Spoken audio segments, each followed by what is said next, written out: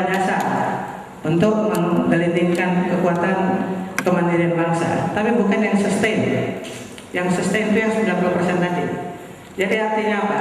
Kemudian Pak Safi tokoh pendidikan, kita harus melakukan perombakan radikal sistem pendidikan kita.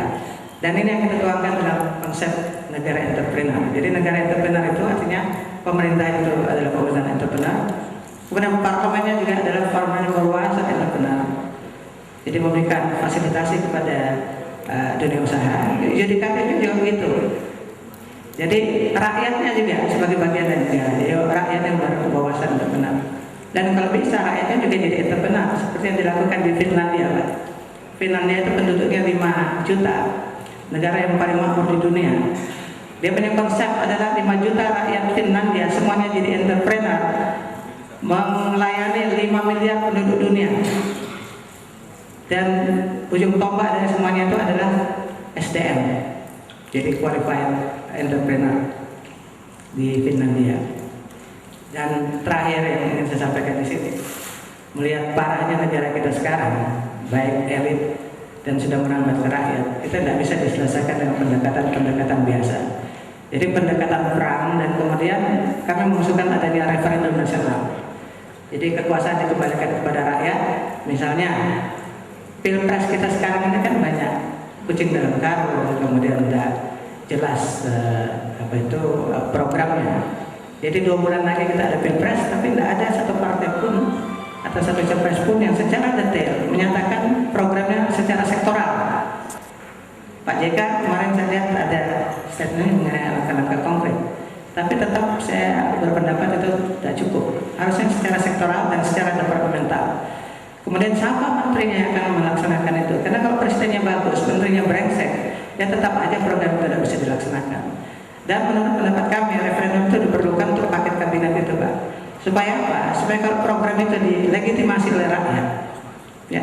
Kemudian DPR yang selama ini seolah-olah menjadi pemerintah, yang istilahnya Pak Heri kemarin kita punya negaranya kayak nano-nano. Jadi artinya presidensial tapi serasa parlementer. Jadi dengan legitimasi daripada rakyat terhadap program itu, pemerintah yang dipilih bisa melakukan langkah-langkah yang besi, Pak. Jadi kalau misalnya DPR menghalangi program yang dilaksanakan itu, misalnya pemerintah mengeluarkan perpu, kemudian DPR menghalangi, pemerintah bisa membypass aja. Kenapa? Karena program yang dilaksanakan untuk yang membutuhkan perpu itu sudah mendapatkan legitimasi oleh rakyat. Jadi dengan demikian, legislatif, eksekutif maupun yudikatif mempunyai referensi yang sama. Dan itu harus referendum nasional. Kemudian yang kedua, mengenai sumber daya alam itu perlu referendum nasional, Pak. Karena kalau enggak, kita jadi bulan-bulanan bangsa maju. Nah, jadi dengan adanya referendum nasional bahwa seluruh sumber daya alam dikelola sendiri, pemerintahnya bisa bilang sama Amerika, we cannot consider this contract, our people want it. Jadi ada bumper di belakang. Kemudian yang ketiga itu mengenai partai politik. Kami mengusulkan partai politik itu masih dibatasi. Hanya kalau diserahkan kepada elit, saya kira tidak akan muncul, dan untuk itu referendum nasional aja. Dan yang terakhir, semuanya ini kan bisa dilaksanakan, keinginan untuk referendum juga mesti diinisiasi oleh pemerintah. Oleh karena itu, pemerintah yang akan datang, kita harus pilih pemerintah yang betul-betul berani mati untuk rakyat dan berani menghadapi tuan-tuan besar dari negara-negara besar. Presiden yang akan datang ini kemudian bisa melakukan langkah-langkah referendum yang kita usulkan. Wabillahi taufiq wal hidayah. Wassalamualaikum warahmatullahi wabarakatuh.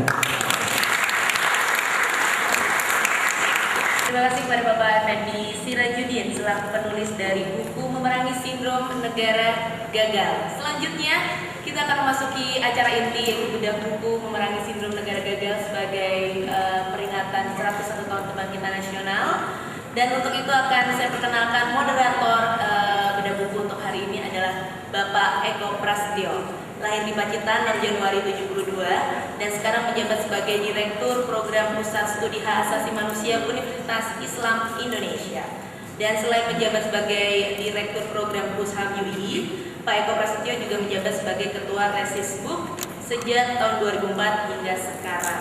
Sudah dikaruniai 2 orang putra Bapak ya. Dan Pak Eko ini populer lewat karya-karya bukunya, yaitu Orang Miskin Dilarang Sekolah yang diterbitkan oleh Resisbuk di tahun 2006 dan terakhir di tahun 2009. Beliau juga menulis buku Kaum Miskin Bersatulah. Kepada Bapak Eko Prasetyo, silakan mengisi diskusi untuk hari ini. Assalamualaikum warahmatullahi wabarakatuh. Saya agak sungkan di depan ini karena ini forumnya tiba-tiba susunan kursinya berubah gitu kan. Ini tidak terlampau biasa di gedung di sini. Saya persilakan Bapak-bapak yang menjadi narasumber pada pagi hari ini dimohon langsung ke depan.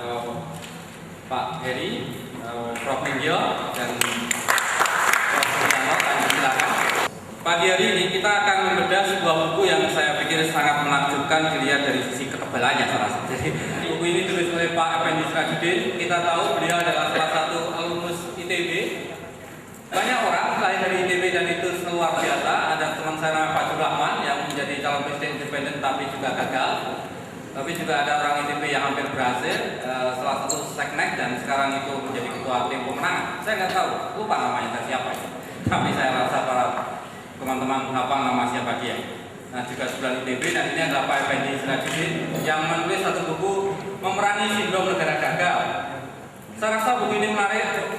Buya Syafi'i tadi sudah memberikan lukisan bahwa buku ini merupakan buku yang sebagian dari hasil kecintaan Bung Effendi atas negeri, yang mau bunuh diri, yang mau hancur, yang mau luar biasa. Dan Buya Syafi'i tadi katakan kita harus cari ini calon pemimpin yang cepat tapi selamat. Saya ada capres kita yang tidak cepat tapi selamat, tapi lebih cepat gitu. Saya nggak tahu apa bedanya cepat tapi selamat dan lebih cepat gitu. Nah, yang kedua, karena ini pasti waktunya sangat sedikit, saya akan mulai diskusi ini dari Pak Heri Yudianto. Dari busananya kita tahu siapa beliau. Jadi beliau adalah wali kota di Jakarta dan salah satu yang disebut Tempo sebagai 7 wali kota terbaik karena kesukaan Pak Heri ini ada membuat taman, ada taman pintar dan ada taman bodoh pasti. Jadi Pak Heri ini kemampuan buat suka bikin taman dan juga seorang penulis karena beberapa hari kemarin juga ada buku-bukunya beliau dan pendidikan beliau Magister UII Jogja, pekerjaan sebagai wali kota dan saya juga rasa Pak Heri juga pernah menjadi pengusaha salah satu sekali. Terima kasih. Assalamualaikum warahmatullahi wabarakatuh. Salam sejahtera kita semua. Pada yang saya hormati tentunya guru saya Pak Salim Arif, moderator, dan tentunya juga penulis Bapak Tajudin yang luar biasa dan Bapak sekalian hadirin yang saya hormati juga. Betul, buku ini cukup tebal. Saya terima seminggu yang lalu juga susah juga kalau untuk membaca semua, sehingga saya lihat pertama yang selalu saya baca adalah daftar isi. Karena sesungguhnya daftar isi itulah inti dari sebuah buku. Saya lihat dari buku ini adalah menyajikan suatu data yang cukup representatif, artinya komprehensif. Tetapi saya memahami bahwa dari sisi perjalanan hidup Pak Tajudin itu memang beliau dari ITB dan kemudian berkiprah di dalam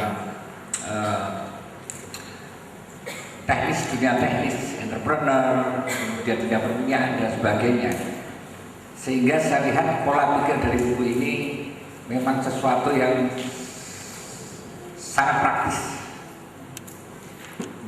Tetapi tadi pada waktu sambutan saya lebih banyak mendapatkan dari sisi aspek-aspek yang lain dari Pak Judin, yaitu yang saya sebut adalah dari sisi antropologi sosial dan budaya. Karena disitulah sesungguhnya hal yang sangat berislam. Maka kalau saya sering ditanya, Pak, paling susah membangun apa di kota Yogyakarta? Bukan membangun fisiknya, tapi membangun tata nilai masyarakat perkotaan. Tata nilai dari apa? Ya dari pemerintahnya, dari legislatifnya, dan dari masyarakatnya.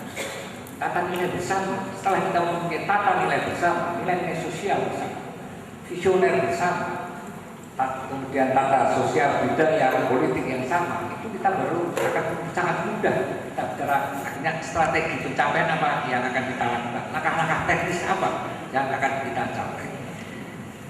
Nah, kemudian saya juga sangat tertarik sekali dari keyword dari perbandingan negara-negara lain dan sesuai dengan yang saya lihat apa?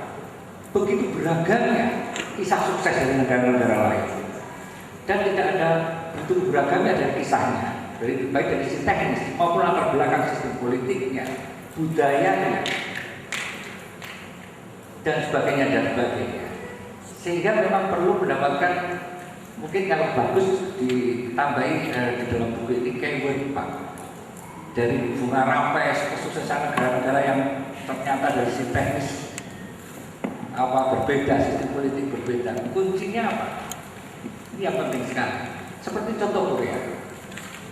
Saya mendapatkan sesuatu yang luar biasa waktu itu, juga pertanyaan saya waktu saya berkunjung ke Korea, apa sih kisah sukses?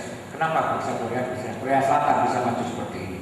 Ternyata saya mendapatkan suatu filosofi yang digerakkan oleh Presiden Park Geun-hye pada tahun 70. Yang itulah menjadi cikal bakal kenapa akhirnya Korea menjadi sukses. Yaitu gerakan yang namanya Samaul-undong.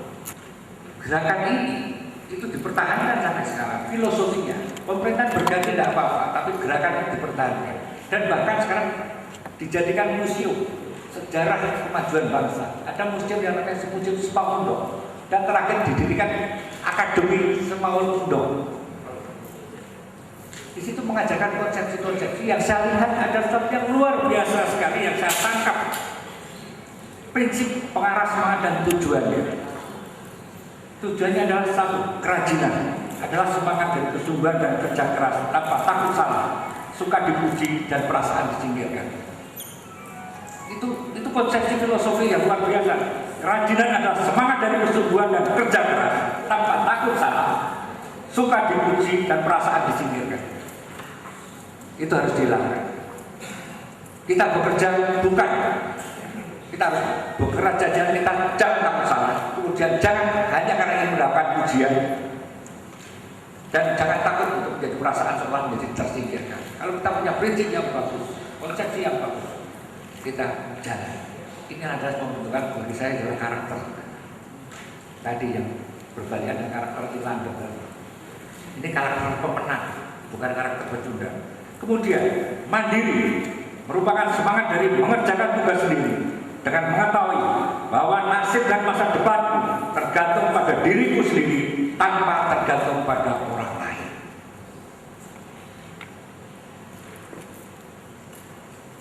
Kemudian jadi ada 3 prinsip dia: kerajinan, kemudian mandiri. Saya ulang yang mandiri merupakan semangat dari mengerjakan tugas sendiri dengan mengetahui bahwa nasib dan masa depanku tergantung pada diriku sendiri tanpa tergantung pada orang lain. Nah, ini kita perluas dalam arti diriku, aku ini menjadi bangsa.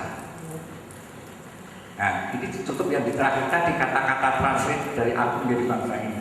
Kerjasama adalah semangat dari masyarakat yang mengedepankan kata-kata kita, bukan aku secara individual. Inilah 3 konsepsi antropologi budaya Korea yang ini dicanangkan oleh Presiden Korea Park Geun-hye pada tahun 70. Saya lihat museum pada tahun 70, foto-fotonya apa yang terjadi di Korea, sepertinya kita lebih baik.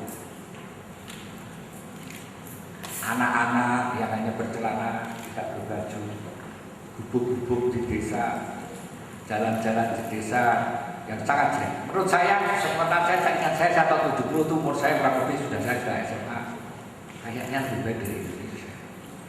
Tapi begitu saya lihat film 5 tahun 75, 80, 85, terakhir di museum itu 2005, foto Korea tahun 2000, ya sudah jauh sekali.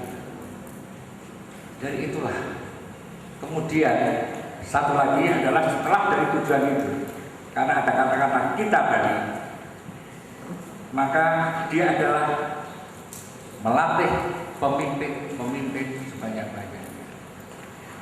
Jadi bagaimana dari konsepsi pemimpin tunggal itu menjadi semua ditutup atau dianjurkan atau dimotivasi untuk menjadi pemimpin. RT, ketua RT menjadi pemimpin yang betul-betul mau gerakkan potensi masyarakat wilayahnya. RW, kemudian organisasi sosial, kemudian LSM, masing-masing punya komitmen menjadi pemimpin merubah pembaruan dengan tingkat semangat tadi. Inilah yang seharusnya menjadi pertanyaan bangsa kita. apakah kita itu mendekati ke arah seperti itu, atau justru hal seperti itulah yang tidak kita mempunyai. Saya yang paling tertarik adalah kata-kata aku dan kita. Justru kita semakin sayup-sayup terdengar kata-kata. Sekarang lebih banyak menonjol selalu aku. Dari mulai familiku, nanti ke depan golonganku, ideologiku, daerahku, sukuku, partaiku, dan sebagainya. Karena hubungannya dengan ini jangan bicara entrepreneur. Siapa sih yang disebut investor tadi? Padahal kata-kata kita itu sudah dicanangkan 80 tahun, 1 tahun yang lalu di dalam sebuah pemuda. Kenapa saya sangat merasa kata-kata aku itu sudah menjadi sesuatu yang justru menjadi sesuatu yang sangat terdepan, kata kita terbelakang. Yaitu konsepsi saya pada waktu itu saya waktu terpilih jadi wali kota. Saya bicara sama Partai Amanat Nasional, partai saya, bahwa bisa nggak dikonsepsikan bahwa Partai Amanat Nasional mengusung saya sebagai eksekutif ada dengan konsepsi mewakafkan saya dari yang tadinya milik UPAN menjadi milik kita, milik masyarakat Yogyakarta. Ini loh, saya punya barang terbaik, kader terbaik, saya serahkan kepada bangsa. Dan orang itu menjadi bertanggung jawab bukan pada partai, tetapi pada bangsa ini. Jadi milik itu menjadi milik kita bersama, merasa memiliki dan dimiliki oleh semuanya. Sehingga kekuasaan menjadi sesuatu yang bukan sesuatu yang justru itu menjadi merupakan tanggung jawab yang besar dan sebagainya. Tapi bagaimana menjadi privilege? Jadi dilihat adalah privilege, bukan kewajibannya. Nah, kembali ke terus ke entrepreneur. Pak Tajudin membahas bahwa entrepreneur adalah suatu usaha bagaimana akhirnya dengan segala efektif, efisiensi dan sebagainya memanfaatkan segala sumber daya yang ada dari suatu entity dengan mendapatkan profit dan return atau laba untuk investor. Nah, pertanyaan saya itu tadi, investor ini menjadi siapa? Aku atau kita?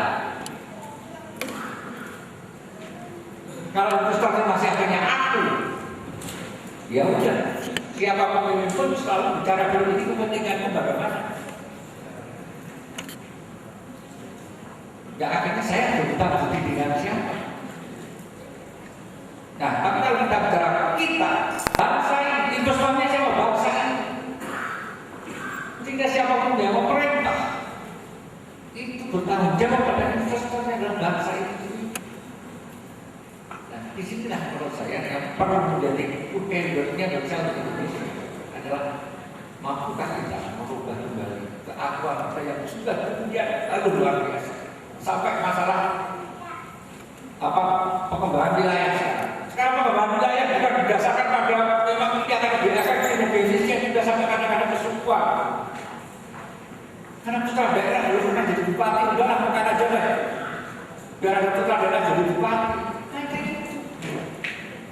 Pasti jadi bukan birokrasi malah enggak.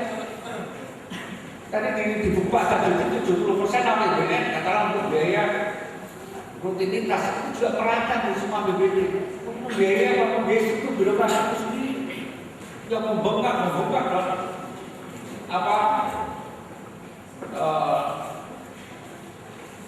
pembakaran dan sebagainya.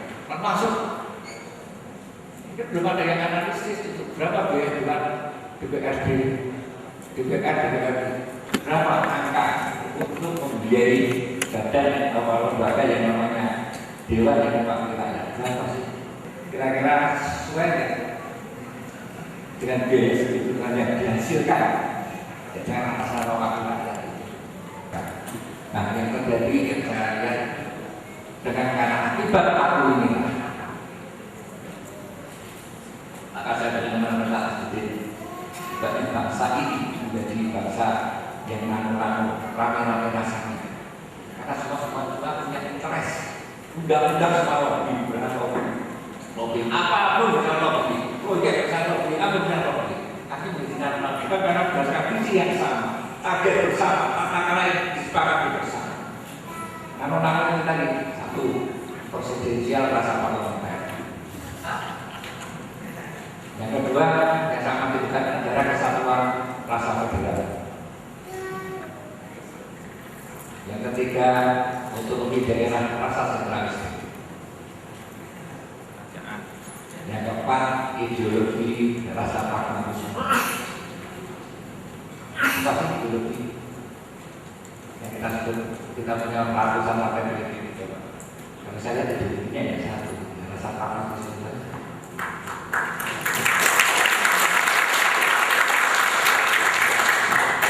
Inilah pertanyaan besar. Kita pernah ke Cina bicara, saya ada pemandu saya orang Cina karena saya tugas resmi ada di rumahku. Saya tanya sama anak muda itu beberapa tahun, gimana?